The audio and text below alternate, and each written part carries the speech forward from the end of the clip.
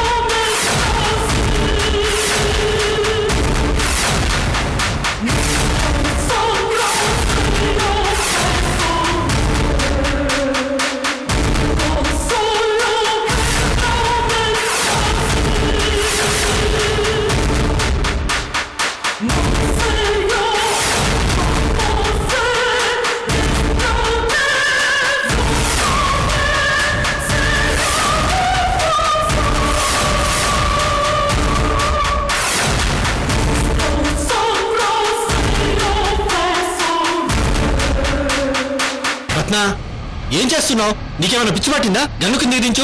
మీరు మాట్లాడకండి. రత్న, నేను చెప్తున్నాను, డౌన్ ద గన్. సృజన్, ఎర్ర చీర బెడ్ మీద పెట్టింది వీళ్ళిద్దరే.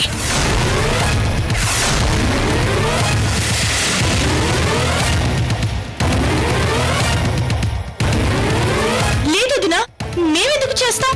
బావగారు, అక్క మమ్మల్ని అపార్థం చేసుకుంది, మీరేనే చెప్పండి. రత్న, కూల్,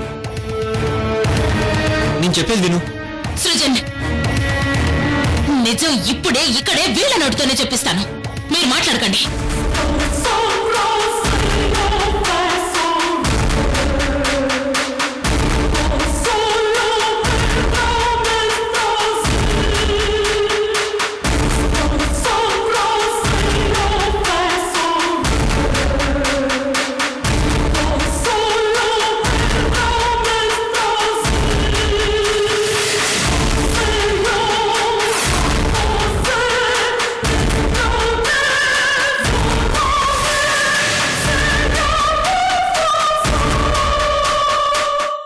డెకరేట్ చేసింది మీరు.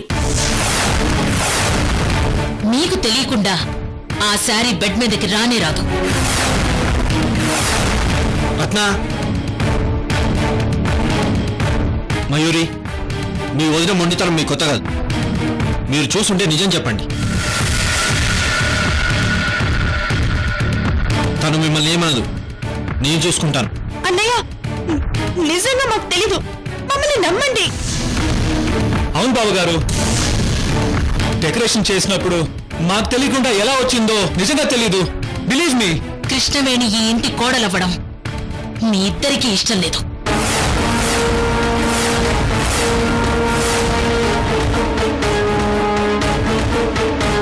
వదినా, కృష్ణవేణి అంటే మొదట్లో ఇష్టం లేదు, నిజమే. కానీ పెళ్లి జరిగే విషయంలో కానీ పెళ్లి అయ్యాక కానీ అలాంటి నెగటివ్ ఫీలింగ్స్ నా మనసులోంచి తీసేశాను. అక్క, నేను ఇంటి కోసం కుక్కనే కానీ నక్కని ఎప్పటికి కాను. It's a fact. ఎక్స్ప్లెనేషన్స్ నాకు అవసరం లేదు. ఎర్ర శారీ మీరు పెట్టారని నాకు తెలుసు. ఒప్పుకోండి.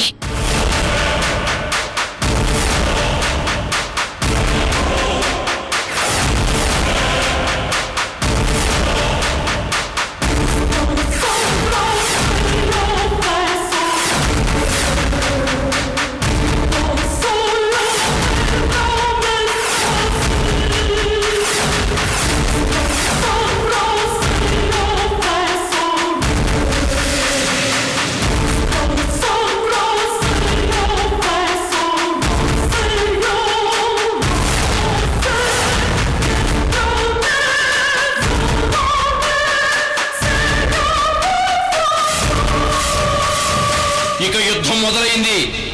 ఏం జరుగుతుందో ఎవరి తలరాతలు ఎలా తలకిందులవుతాయో ఎవ్వరికీ తెలియదు.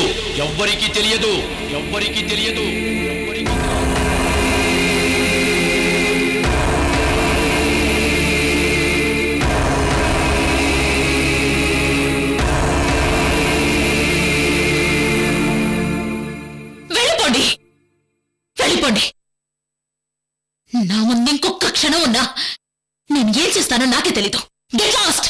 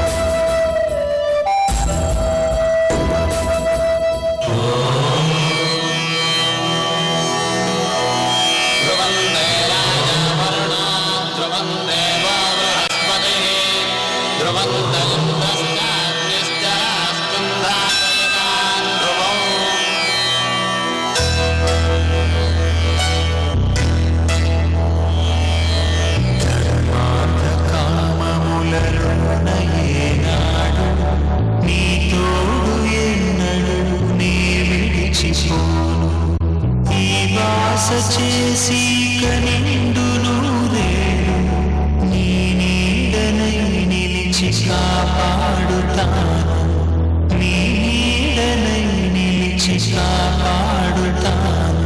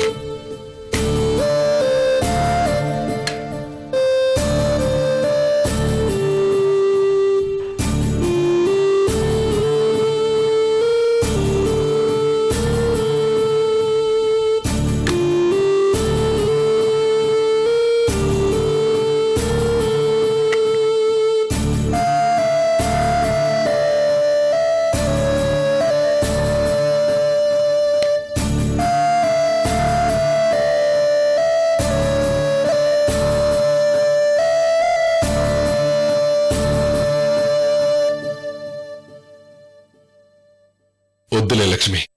అదేంటయ్యా గాయం పచ్చిగా ఉంది, బ్యాండేజ్ కట్టుకోండయ్యా. ఈ బ్యాండేజ్ కట్టుకుని వెళితే అందరూ ఏమైందని కంగారుగా అడుగుతారు. ఎంతమందికని సమాధానం చెప్పనా? అన్నయ్య, మిమ్మల్ని బయటికి రమ్మని ఎవరు చెప్పారు? నేను వెళ్ళి రైతులతో మాట్లాడి సంతకాలు అవి చూసుకుంటాను కదా, మీరు వెళ్ళి రెస్ట్ తీసుకోండి అన్నయ్య. లేదు వీరభద్ర, నేనెడితేనే ఆ పనులు అవుతాయి. లేకపోతే వాయిదా పడి లోన్లు టైంకి రావు. పంట చేతికొచ్చే టైంకి రైతులు ఇబ్బంది పడతారు. అది కూడా నిజమే అన్నయ్య. నాన్న టాబ్లెట్ వేసుకోండి.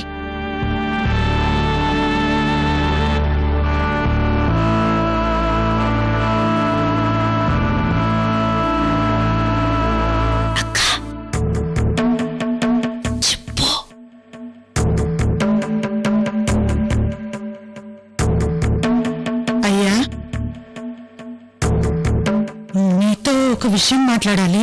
చెప్పు లక్ష్మి. కృష్ణవేణిని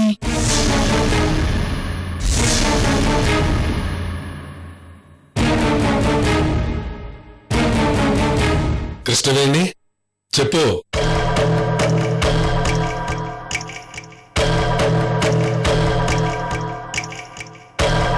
పిలిచి బట్టలు పెట్టాలని అందరం అనుకుంటున్నాం.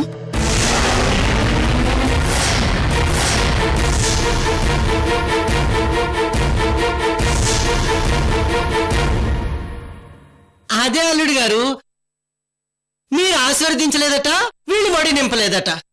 కృష్ణవేణి కన్నీళ్లు వరదలై పొంగి ఈ ఇంటికి అరిష్టం పట్టిందని, అందుకే బట్టలు పెట్టాలని వీళ్ళంతా అనుకుంటున్నారు అల్లుడు గారు.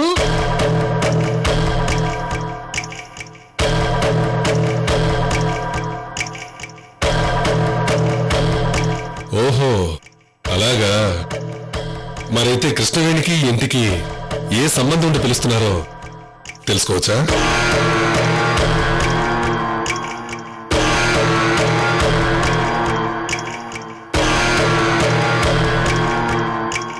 పోనీ ఈ ఇంటితో కాకపోయినా ఎవరు ఏ సంబంధం చూసుకుని పిలుద్దాం అనుకుంటున్నారో అదన్నా చెప్పండి.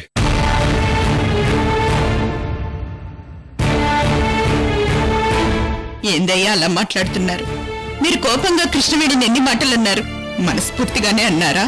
అవును, నేను మనస్ఫూర్తిగానే కృష్ణవేణి ఇంటి నుంచి గెంటేశాను. ఆ రోజునే నా మనసులోని మేనరికాన్ని చంపేసుకున్నాను. మరైతే మీ చెల్లెల మీద కూడా ప్రేమను వదులుకున్నారా? అలా వదులుకుంటే మీ చెల్లి బావగారి ఫోటోలు ఇంట్లో ఎందుకు పెట్టారు? మేనగోడలు వద్దనుకున్నాక మేనగోడల తల్లిదండ్రుల ఫోటోలు ఎందుకయ్యా? లక్ష్మి,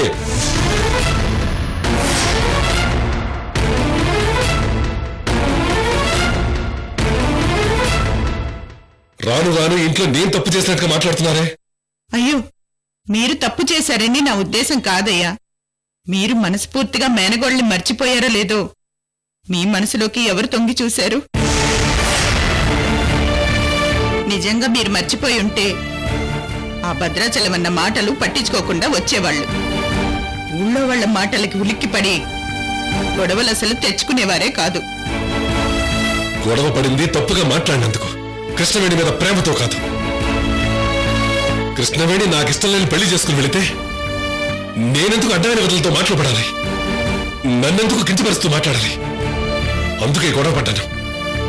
చూడయ్యా, కృష్ణవేణి పెళ్లి విషయంలో బయట వాళ్ళు మిమ్మల్ని ఇబ్బంది పెట్టి ఇంట్లో మేము ఇబ్బందిగా మాట్లాడి మిమ్మల్ని బాధ పెట్టడం నా ఉద్దేశం కాదు.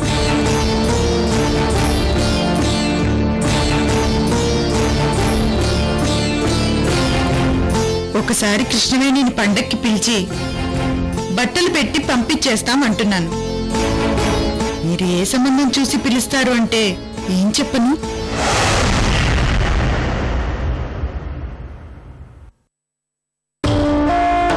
మీ భార్యగా కృష్ణవేణిని ఇంటికి తీసుకురమ్మని అడగడం లేదండి. కృష్ణవేణి నన్ను అమ్మ అని పిలిచింది. తల్లిగా నా బిడ్డను పండక్కి పిలిచి బట్టలు పెడదాం అనుకుంటున్నాను.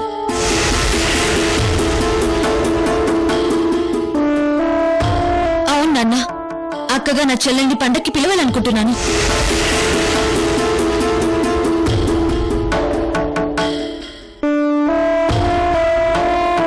అన్నయ్య, నేనెప్పుడు మిమ్మల్ని కాదని మీ ఇష్టానికి వ్యతిరేకంగా ఎప్పుడూ మాట్లాడలేదన్నయ్య. కానీ ఈ ఒక్క విషయంలో మాత్రం వదిన మాటల్ని సపోర్ట్ చేస్తున్నానన్నయ్య.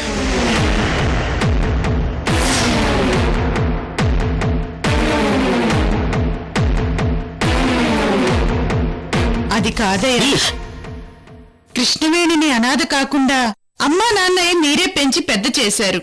బిడ్డలు తప్పు చేస్తే తల్లిదండ్రులు క్షమించాలి.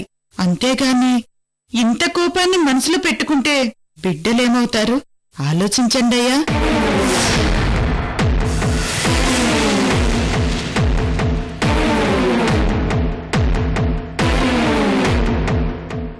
ఈ కాలంలో ఏ తిరుగుబోతునైనా తాగుబోతునైనా పనికి మళ్ళీ వెధవనైనా చేసుకుని కింద మీద పడి ఆడపిల్ల జీవితం సాగిపోచేమో గాని పిచ్చోడిని పెళ్లి చేసుకుంటే చావుతో సమానం కదయ్యా.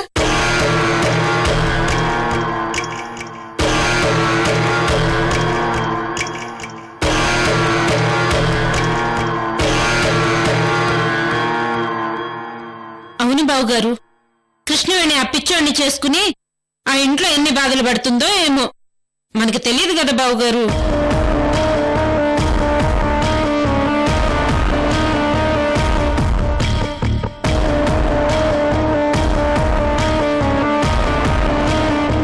ఒకవేళ కృష్ణవేణి ఆ పిచ్చోడు చంపేసినా అడిగేవాళ్ళెవరు? ఆ విషయం ఆ జమీందారులు బయటికి కూడా చెప్పరు. వాళ్ళంతా సీక్రెట్ మనుషులు బావుగారు.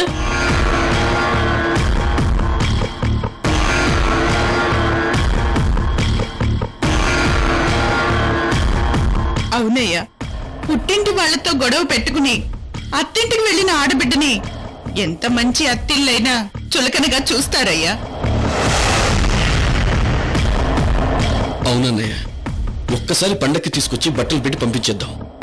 ఆ తర్వాత మనం వెళ్ళొద్దు, తను రావద్దు.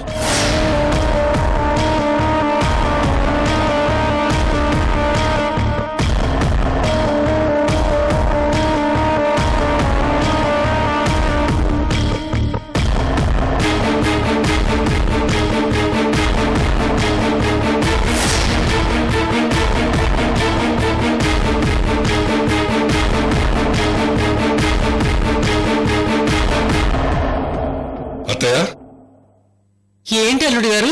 ఈ రోజు నుంచి మనిద్దరికి వంట సెపరేట్ గా చేయండి. అర్థం కాలేదా అత్తయ్య గారు? శ్రీమతి కృష్ణవేణి అమ్మగారు చేసే వంట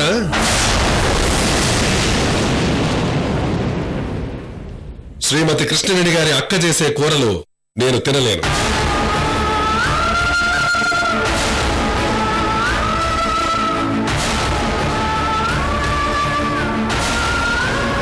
ఈ రోజు నుంచి, ఈ క్షణం నుంచి మనిద్దరికి వంట సెపరేట్ గా చేయండి.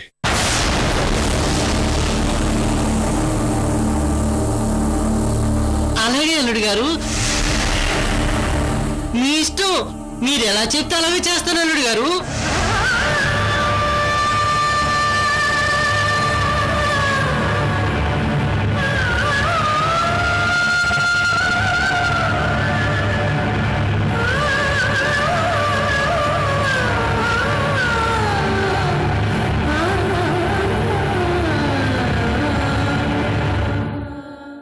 శ్రీమతి కృష్ణవేణి గారి చిన్నమావ గారు, రైతుల పని మీద మీ వెంట నన్ను కూడా రమ్మంటారా లేక? అన్నయ్య, మీరు అలా మాట్లాడకండి ప్లీజ్.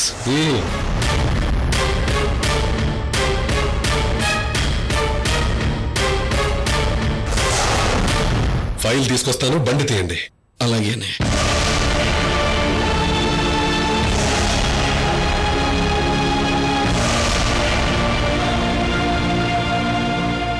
ఏమే వరం, కృష్ణవేణి అల్లుడు గారు ఇంట్లోంచి పంపించేశాక ఆయన ఒకే మాట మీద ఉన్నారు.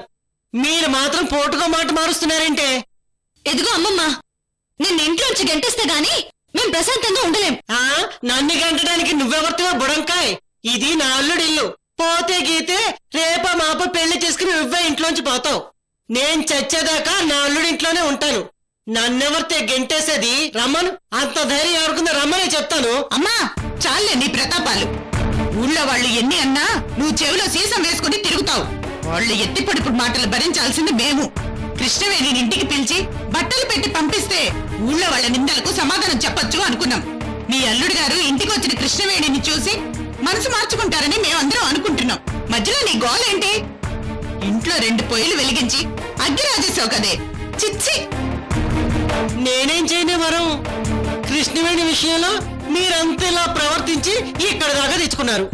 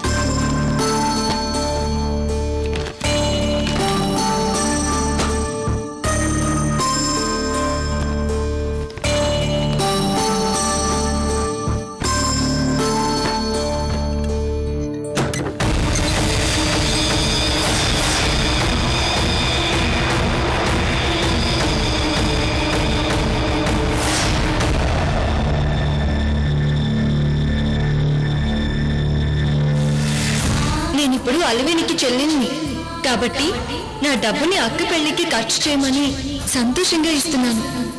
తీసుకోండి. నా అక్క పెళ్లికి డబ్బు ఖర్చు పెట్టమని చెప్తున్నా. నీదెంత పెద్ద మనసమ్మా. మీరిద్దరూ వదిలే మరణాలు కాదు, అక్కా చెల్లెళ్ళు అని నిరూపించావమ్మా.